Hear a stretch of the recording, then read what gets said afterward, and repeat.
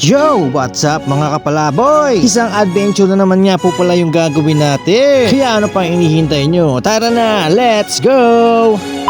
Dahil inabutan nga po pala kami ng malakas na ulan, huminto po muna kami sa may gilid ng highway. At naisipan ko nga po na dito na lang magluto ng ulam. Dahil nga po sobrang gutom na talaga kami. Alas 3 na nga po pala ng hapon. Buti na lamang ay nakapagdala ako ng mainit na tubig para naman makapagkape kami. Dahil nga po si Jazz nakaapat na suka. Hindi nga po kasi siya masyadong sanay sa mga malalayong biyahe. At nakalimutan ko rin siyang painumin ng gamot. Ito nga po yung baon naming kanin. At buti na nga lang po ay hindi pa siya napanis. Kaya eto set up ko muna yung aming lamesa at saka upuan para makapagsimula na rin ako magluto. Andito nga po pala kami sa gilid ng highway ng Pantabangan. Ngayon ko nga lang ito gagawin. Yung magluluto ako sa gilid ng highway. At wala akong iniisip na nakakahiya dahil hindi naman masama yung ginagawa namin. Ito nga po pala yung pag-iihawa namin. At na-order ko lang to sa Shopee. Sa pagkakaalam ko nagkakahalaga lang to ng 300 pesos. Ilagay ko na nga pala dito yung nabili naming uling kanina. Tatlo nga po pala yung binili ko. Pero dito dalawa lang yung magagamit ko. Di baling sobra, wag lang kulang. Kaya nga lang medyo malalaking tipak yung nabili kong uling. Kaya naman kailangan ko pa siyang durug-durugin. Kaya eto, sinisindihan ko na siya ng posporo. May dala nga pala akong goma. Siyempre, para mag-apoy siya agad. Kaya lang, ang problema ay hindi ako sanay sa mga ganitong gawain. Kaya talagang namamatay yung apoy. At ilang beses ko nga itong ginawa bago ko siya napagdingas. Buti na lamang ay marami kong dalang goma. At ayun nga sa wakas, nag-aapoy na. Nilagyan ko nga pala siya ng maraming uling sa ibabaw para mabilis magbagay yung uling. Akala nga ng ibang dumadaan ay nagluluto lang ako ng goma. Ang ganda nga din pala ng view dito. Kaya kahit walang ilog ay sulit na rin. May dala nga pala ako dito mini electric pan para agad magbagay yung uling. Mahirap kasi kapag pamaypay lang yung gamit ko. Talaga namang nakakangawit. Dito walang hassle, itututok mo lang yung electric pan. At ayun sa wakas nag-aapoy na yung uling. Ang sarap nga pala ng ganitong banding kasi talaga namang kakaiba na kahit hindi mo nagawa yung gusto mo ay meron naman pala naghihintay na mas maganda pa doon. Kaya nga enjoy lang natin yung bawat oras kasi kahit dati pa ganito talaga yung hanap ko. Medyo may katagalan nga pala bago magbaga lahat yung uling. Pero okay lang, konting tiyaga na lang at tayo makakakain na. Ito nga pala yung dala naming ulam. Meron nga pala siyang pakpak at hita. Mahan mo pa ng baboy. Nilagyan ko lang ito kanina ng toyo, kalamansi at konting suka. Wow, tamis! Nilagay ko na nga pala dito yung baboy at isusunod ko na nga po pala yung hita. At syempre, tsaka nga pala yung pakpak para pagkaluto nito, chibuga na.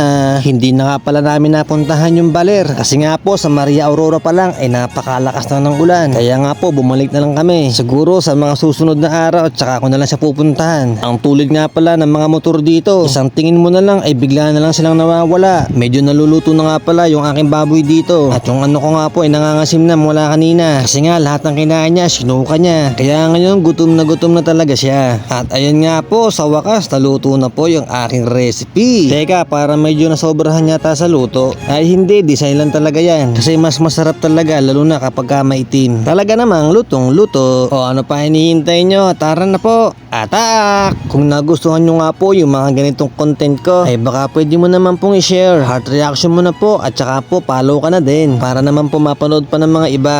At syempre baka magustuhan din nila. Kaya nangihingi po ako sa inyo ng konting suporta. Sige na po, please. O paano?